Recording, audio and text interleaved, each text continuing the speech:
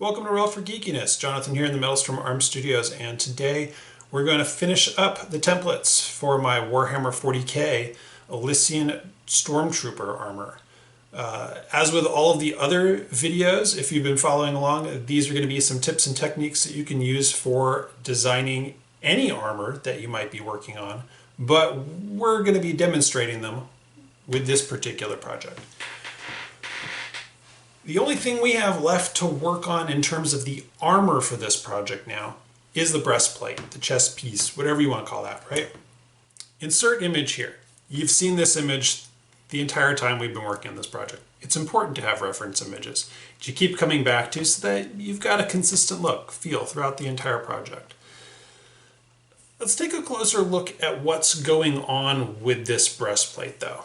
So if we take a look at this, it's covering from, again, somewhere right around the base of the neck, down to maybe about the bottom of the rib cage. There's a smaller plate that hangs a little bit lower, but this armor doesn't even come down to like the hips, right? There's actually some exposed abdomen there just below that plate. We can see there's obviously some extra plating here on the pecs. And that's what we really need to be focused on here. Now, one thing I dislike about this design, some themes and how I dislike how artists just draw armor without thinking about how it's going to work, right? Yeah, it's a whole rant. You've already heard it if you've watched the other videos. There does look like there's kind of like a squared edge here along the edges of the front edges of the plate, so that it's a little bit square across the chest, and then it's kind of square on the sides. Now, when you have protruding angles right here, it makes it difficult to move your arm across your body. So we don't really want that in functional armor. Now, obviously, this isn't functional armor, but we are having to build this and we are having to wear it around for many hours at a convention. We still need to get into our pockets. We still need to move around. We still need to do things. So it does need to be functional in a certain sense. So I think I'm going to try to curve this front plate a little bit. I still want to put that edge there that is reminiscent of the edge we see in the artwork, but I will not put it out here as a nice sharp corner. Obviously, some styles of armor, if you're building Master Chief armor, you're building Samus's armor, you're building any of numerous other styles of armor that do have those sharp edges there. Sorry. But yeah. In general, we want to avoid things that are going to restrict our range of motion. I won't go off on that right. What else do we see here? We see, yeah, like I said, there's a lower plate here that covers the area just below the rib cage. We can put that in with a thinner piece of foam nested underneath the main foam that we use for the chest plate. If we're looking at the sergeant's armor, it's hard to tell if there's a neck guard in here or not, or if that's just the way his respirator is disconnected and hanging off to the side. If we look at the plasma gunner armor that we've also looked at before as a reference, we don't see that though. So we're going to opt to not do that. As long as we're looking at this, we can actually see how this armor comes up around the neck a little better than we can on the sergeant. And we do see that it is a pretty tight fit around the neck. So we're going to need to make sure that that is reflected in a similar way. So, how do we make some templates for this? Well, there's a couple methods. If you've got somebody to help you out, you can totally use the saran wrap and duct tape yourself and then draw all the lines on and cut it off. Just remember that, again, in this case, we're working with material that's going to be 1/2 inch thick. as opposed to something that's going to be skin tight, which is what the saran wrap and duct tape are gonna be. So you'll need to add in a little bit of room around your edges of all your cut pieces when you've done that. That requires somebody to help you out and do that though.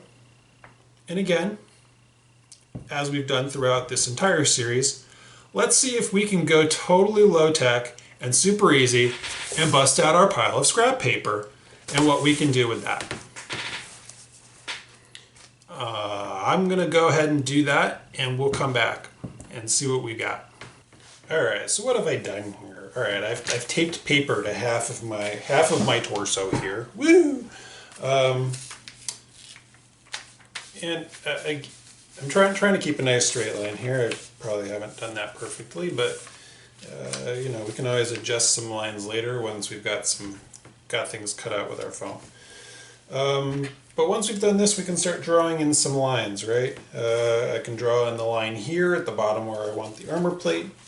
I can angle it out a little bit where I know it kind of cuts out because it runs a little lower on the sides than it does here in the front. We know that plate's going to be there. I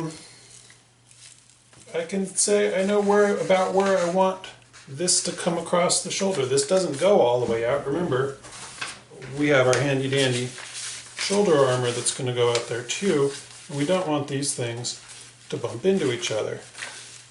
Even though that picture of the sergeant's armor, it does, we don't want that to happen. That's not going to work out for us. When armor plates just start smacking into each other, no. So we know that we want this to come in right about there, and then cut all the way down out to there. You're going to want some space here. You don't want the armor to come in right into your armpit. That's not comfortable.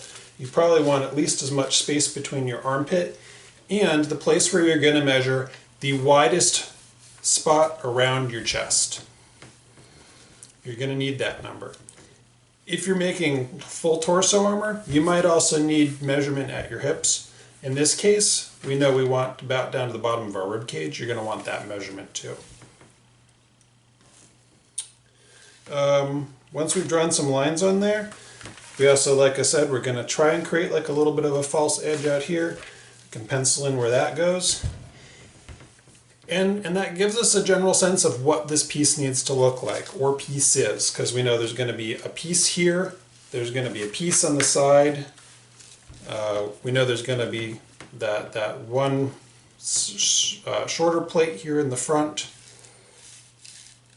and then we know we're going to need to put some additional texturing plates on the pecs here, as we see in the art.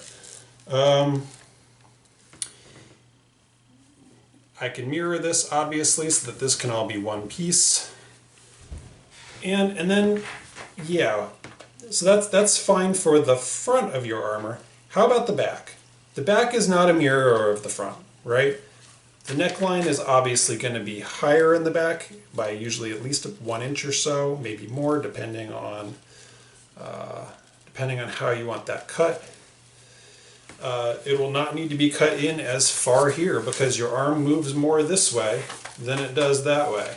So you'll find probably about 2 inches more that you won't need for this arm movement on the back side. What else? How are we going to then attach all of this? That's the other thing we need to think about here. If we look at some medieval armor that I've made in the past, you can see that there's some straps on the side with some buckles, the same here, and we kind of get in and out of that by undoing all or half of those buckles and sliding in and out of that armor. We see from the reference image that we were looking at with the plasma gunner earlier, there's not enough room to pull this armor over our heads. So there's going to need to be some sort of way to disconnect this armor on one or both shoulders, and same on one or both sides. We don't see where those connections are in any of the art that we've been looking at, but those areas aren't really shown very well in any of the armor that we're looking at. And again, Sometimes the people drawing the art that we're looking at aren't thinking these things all the way through. How do these people get in and out of that armor? They don't need to decide, but we do. Also, if we do make this two pieces, a front and a back complete section, then that can make storage and transport easier later because you can pull the whole thing apart. They can nest inside of each other and go sit flat somewhere, as opposed to being a big two pieces like this that just are big and cumbersome. Hard to put in your luggage, hard to store away in a closet. Unless you're going to stick it on a display dummy somewhere in your house, you probably want to think about making this something like this, two parts, just so that it'll pack up flatter when you're done with it. Or pack up flatter for travel to various conventions. The last part of our Stormtrooper build here is the backpack. Now, I'm not going to delve into the backpack because it's not relevant if you're just watching this for templating your own armor. If you are trying to build a similar Stormtrooper armor, I don't know exactly how relevant it'll be because I'm going to be building a plasma gunner, which has a slightly different style of backpack. I will also be designing this backpack to be removable though, so that I can swap out for different types of Stormtroopers, or so that I can eventually add a grab chute. But those will all be in different videos, maybe someday, if people are interested and I get around to it. Otherwise, follow us on our social media and you will certainly see works in progress of all of that stuff somewhere down the road in the very near future. Thanks for following along on this series of videos. If you liked what you saw, then like, subscribe, and do all that algorithmic stuff so that I know people like watching videos like this, and I'll keep making them. Till then, see you next time.